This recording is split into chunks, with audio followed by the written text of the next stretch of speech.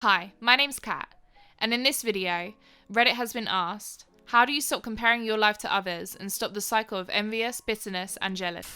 Came with the realization that not everyone lives at the same pace, and that there's no permanent solution to anything in life. Everyone has their own clock, and trying to sync it with others will only lead to despair. Some people don't get a stable job until they're 30. Some land their dream job right out of school. Some follow their passions to profit, and some profit in other ways to follow their passions. Some have a fulfilling marriage, and some just live with their significant other out of habit. We are all different, and we all come from different places. Our minds are uniquely wired, so it would be silly if we all wound up at the same place at, say, 25 years old. Just keep living and don't strive to be better than others. Strive to be better than your previous self. Agent Screech replied, "Comparison is the thief of joy. And don't compare your beginning to someone else's middle." I think Louis C.K. summed it up perfectly, for me at least. The only time you look in your neighbour's bowl is to make sure that they have enough. You don't look in your neighbour's bowl to see if you have as much as them. It took me years to stop blaming others for their success and my failure, and stop working on myself to see myself in the same positive light, but ultimately what I determined is what I do consider successful and strive to work towards it. This is a great quote that reminds me of a conversation I had recently. I'm against the draft, but someone was saying to me that if men are drafted, women should have to be drafted too. But my argument is that we should only ever use equality to make things better, not make things worse. It's pretty much the same idea. Like, drafting women isn't going to help men who are drafted, but women should definitely be fighting to stop the draft so nobody has to be drafted. Focus on equality to help the people suffering, not make everybody suffer equally. You have already answered your own question. The first step is to stop comparing your life to others. I usually phrase this to people as, do not compare your inner happiness with other people's outer happiness. The things that people usually show you on a day-to-day basis is a facade of what they want you to see. You will also need to learn acceptance, that your life will always be less than someone else's, whilst at the same time it is more than another's. There's no equality in this world. That is a myth. We must simply do our best with what we are given to us at the start of our lives. The finish line is the only thing that is the same for everyone. KS Guy replied, "One major key I found to this is to stop using social media like Facebook and Instagram. Most people only post the happy stuff. You never get a glimpse into their struggles, so you're comparing your inner lies worst and their shared best. I convey it though.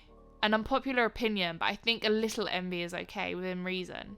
It can be used as a motivator to better one's position in life. However, it needs to be used as a tool, not as a crutch. If it turns into true bitterness and affects your mental health, it's gone too far. Be the most magnificent person in the world according to your standards. Those standards will start off kind of twisted. As you put in the work to come up with better standards, you won't have time to watch what the dumb fudges are doing. Stop using social media. LinkedIn is really fudging up my self-esteem.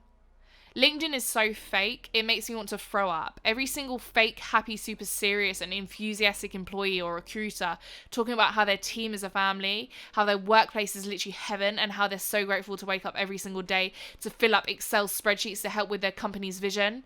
It could be true in some cases, but it just looks like a race to be the fakest, most positive person on that platform. Start comparing yourself to the previous versions of yourself instead. Edit. Thank you all so much for the updates and responses both for and against. And thank you very much to the person who gave the award. You know who you are. This is usually good, but it will fudge you up if you become sick or disabled. Source. Been there. Still picking up the pieces. It's been years. I recommend practicing self-compassion. There are plenty of books on the topic. And gratitude. Read a book on self-compassion like I already said. And/or see a therapist. And try keeping a gratitude journal. One way to do that is to write 3 things you're grateful for at the end of the day, or bonus points for multiple times a day.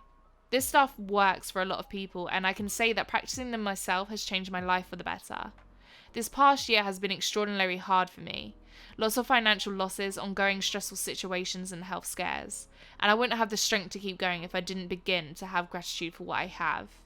It's super cliche, but 100% truth. There are so many people who have it worse than you. I live in an RV with a baby and a sick, pregnant wife while I work 2, soon to be 4 jobs. Go to grad school full time. By US standards, we are in poverty. But we have free healthcare. A working car, heat and cooling, running water, and food enough that we don't starve. I'm in massive debt and may have to drop out school, but I'm very wealthy by global standards. I'm very, very wealthy by the standards of the past, and will remain that way no matter what happens next. When you realise, and I mean really recognise, that there are millions of people who do not have the luxuries, skills, and qualities you have, it is very humbling. Last thing I'll say that is related to the last paragraph, I have ADHD and likely have a reading disorder. I'm also very ambitious and want to excel in my education, but reading is so hard for me. I was very frustrated for a few months about how I am, feeling lots of shame and cursing my circumstances. I watched this video in class. I broke down crying in front of my classmates when he said to open your eyes and be surprised you have eyes to see. I wouldn't be able to read at all without the eyes I have. I'd be even slower if I had to use Braille or text-to-speech software. And I definitely could be less intelligent and have fewer educational opportunities so that reading wouldn't even apply to the work that I'm going to do. Clinical psychology. That video humbled me hard, and I'm very grateful to have watched it that day because I spend less time cursing myself and the hard things that I don't like about my circumstance and spend more time taking advantage of what I do have and appreciating it. Happiness is a habit. Thought experiment. Think about a trait that you're jealous of. Imagine you suddenly gain that trait. How would you feel? Would you be happy forever? Or would you move on to being miserable again when you find a new thing to be jealous of? The problem isn't that who you are isn't good enough. The problem is the mindset of constantly wishing for more. 1. Cut yourself some slack. Your life doesn't have to be for anything. It just is. Get some rest. Do things if and when you enjoy doing them. You're not wasting time. If you have trouble with this, just try it for a week.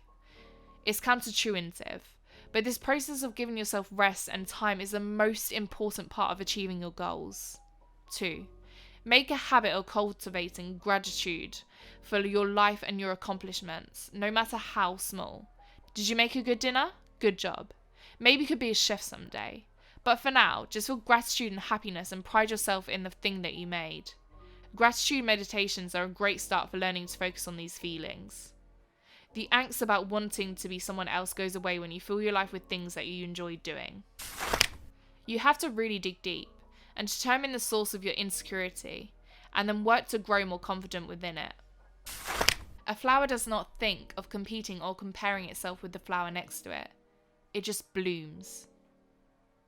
I recently had a similar discussion with a friend about this, except I told her that I want to be more like the trees. I was at Joshua Tree National Park and I noticed how the trees there are just simply being. The trees don't worry about anything. No anxiety, no distractions, no judgments of the other trees. The trees look similar, but different. Some are bigger, smaller, branches that contort, up, down, but they all live there in harmony. Like humans, we look similar as species, but we have our own unique qualities, and I wish I could be less judgmental of others and have other qualities the trees do. But then she told me that it's not possible because trees don't have the capability to judge, and that I should instead try to be more like a monk. It isn't rational to try and compare ourselves to a tree or a plant or a flower, because they don't have the same level of consciousness we do, and therefore it's unrealistic to expect ourselves to reach a level of being that is equal to them. Curious what you think about that. I just try my best to totally isolate myself from others' lives.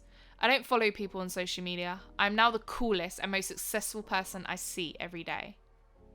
And also the lamest and least successful person, lol. Totally messing. This is a really good strategy that I do myself. Therapy. You'd be surprised what events in your past are triggering you sometimes. And a personalized outside perspective is an incredible resource. Think of it this way. There's no absolute winner in the world. Everyone has something that they are envious of or bitter of or jealous of from another person, whether it be in terms of finance or relationship or family. Even if you manage to become super rich, chances are, I believe you will still end up comparing your life. We can never be truly satisfied, so what you can do is just live your life, keep on chipping away until you reach your personal goals. Then you'll be truly happy. I feel like there was a lot of great advice from them Redditors. Advice that I, myself, am going to take home and work on. I do agree that the problem is the mindset of constantly wishing for more. I feel like you wish you had something, but then once you get that thing, you're still not going to be happy. So you just need to be happy with the now, happy with who you are now, happy with what your life is now. Anyway, this video is sponsored by me. Sweet Mouthful Mixes brings pick and mix sweets straight to your door. Choose up to 10 scoops of your favourite sweets, or pick a pre-packed bag.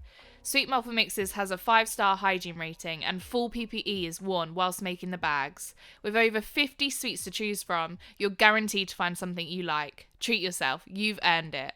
Get 20% off with code REDDIT.